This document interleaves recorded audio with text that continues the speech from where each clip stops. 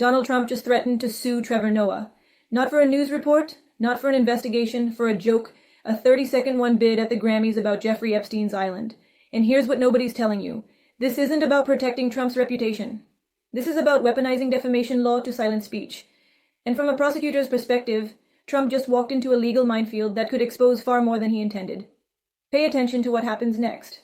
Sunday night, February 1st, 2026, the Grammy Awards. Trevor Noah is hosting for the fifth and final time. Billie Eilish wins Song of the Year for Wildflower. Noah makes a joke.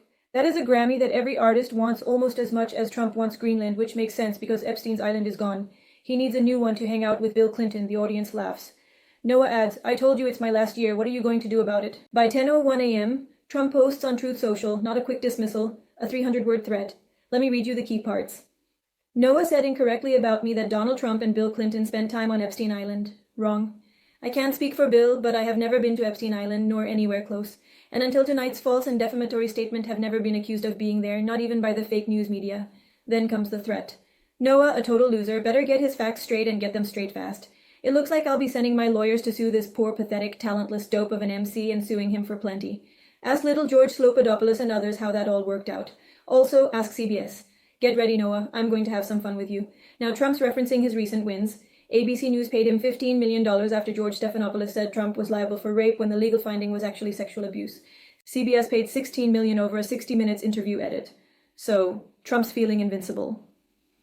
But here's where the case gets dangerous for him.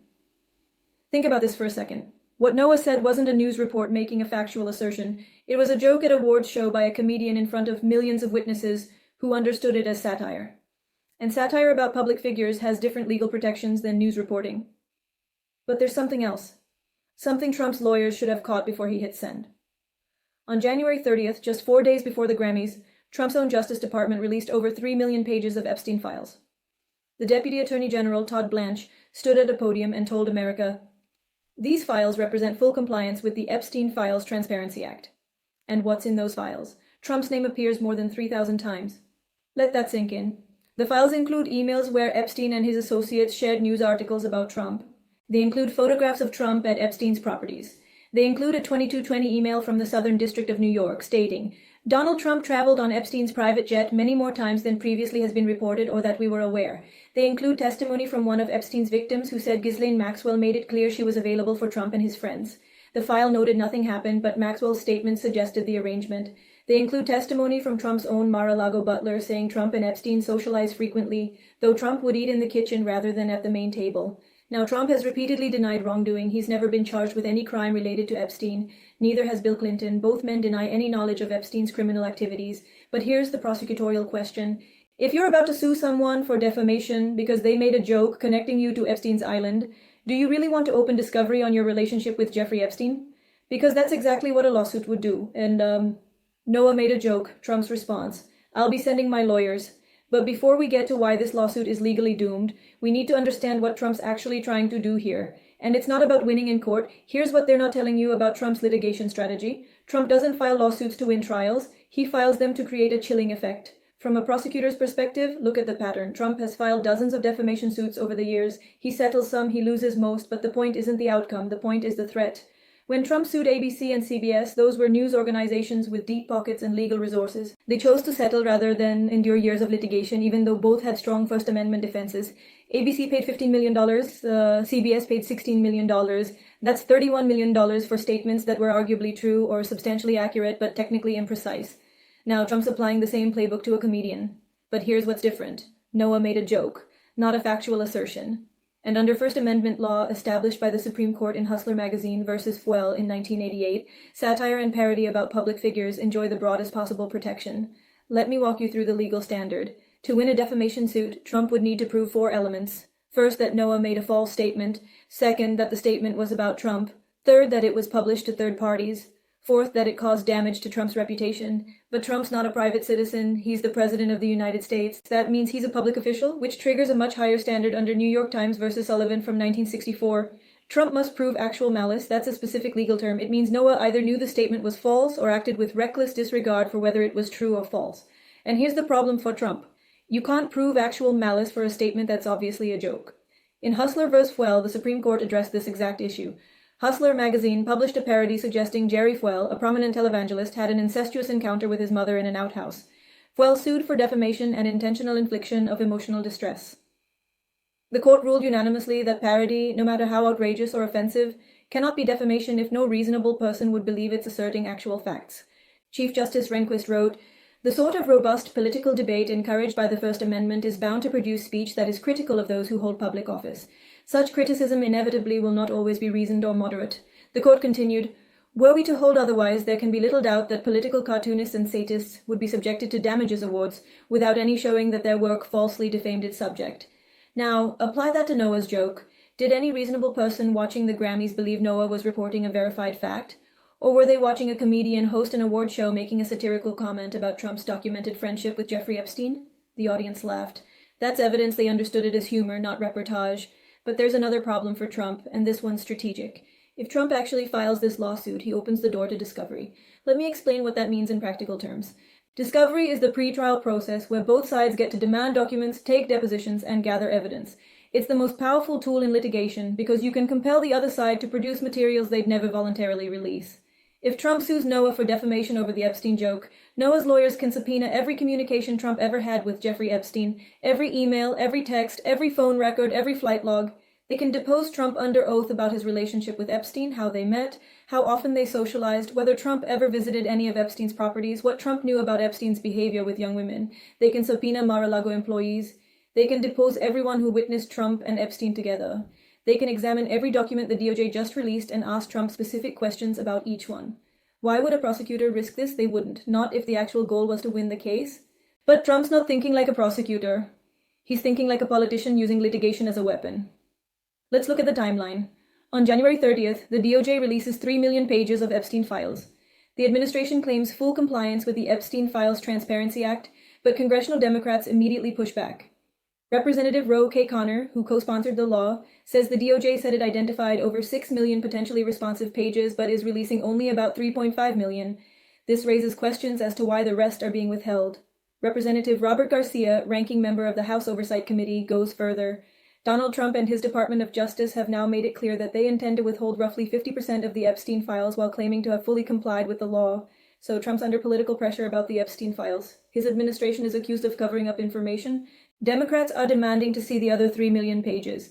Then 3 days later, Trevor Noah makes a joke on national television connecting Trump to Epstein's island. And Trump responds with a lawsuit threat. Why? From a prosecutor's perspective, this looks like narrative control. Trump's trying to reframe the conversation. Instead of defending against accusations of a cover-up, he's going on offense. He's positioning himself as the victim of false accusations, pointing to the joke as evidence of unfair attacks. But look at what Trump actually said in his Truth Social post. He claims he's never been to Epstein Island, nor anywhere close. And until tonight's false and defamatory statement have never been accused of being there, not even by the fake news media. Is that true? Well, technically, most media reports have focused on Trump's social connections to Epstein, his trips on Epstein's plane, and the allegations in the DOJ files. Very few have specifically claimed Trump visited Little St. James, the island in the U.S. Virgin Islands. But here's the problem. Noah didn't claim Trump visited the island either. Listen to the joke again. Epstein's island is gone. He needs a new one to hang out with Bill Clinton. Noah's making a joke about Trump wanting Greenland as a replacement island, not asserting Trump visited Epstein's island. It's a satirical comparison. The joke only works if you understand the layered references. So Trump's lawsuit threat is based on a misreading or a deliberate mischaracterization of what Noah actually said. And that's going to be a major problem if this gets to court. But there's more. The DOJ files released on January 30th include evidence that directly contradicts Trump's claim that he's never been connected to Epstein's properties. Photos show Trump at Epstein's Manhattan townhouse. Flight logs show Trump on Epstein's plane. Witness testimony places Trump at Epstein's Palm Beach residence. Now, being at someone's properties isn't a crime, and Trump has consistently said he socialized with Epstein in the early 2000s, but cut ties around 2004, well before Epstein's crimes became public. But if Trump sues Noah over a joke about Epstein's island, all of this becomes fair game in discovery. Noah's defense would be simple. Truth is an absolute defense to defamation. If Noah can show Trump had extensive contact with Epstein, visited multiple Epstein properties, and was mentioned thousands of times in federal investigation files, then Noah's joke, which is satire, not factual assertion, is protected speech, and that's before we even get to the actual malice standard. This is bigger than one case. What Trump's doing here is part of a systematic effort to use defamation law to silence critics. And it's working, not because he wins at trial, but because the threat itself changes behavior. Think about the calculus for a news organization or a comedian. If you report something accurate but imprecise about Trump, you risk a multi-million-dollar settlement even if you'd win at trial. The litigation cost alone can be devastating. ABC and CBS settled not because they were wrong, but because defending constitutional principles is expensive and time-consuming. 15 million, 6 million, those are strategic business decisions, not admissions of fault. But here's what this does to democratic accountability. If journalists and commentators know that any critical statement about powerful figures could result in years of litigation and multi-million-dollar settlements, they'll self-censor, they'll soften their coverage, they'll avoid hard-hitting investigations. That's not just bad for journalism, it's dangerous for democracy. The Supreme Court recognized this exact risk in Sullivan back in 1964. The court said that First Amendment protections must include breathing space for robust debate, even if that means some statements that turn out to be inaccurate are protected.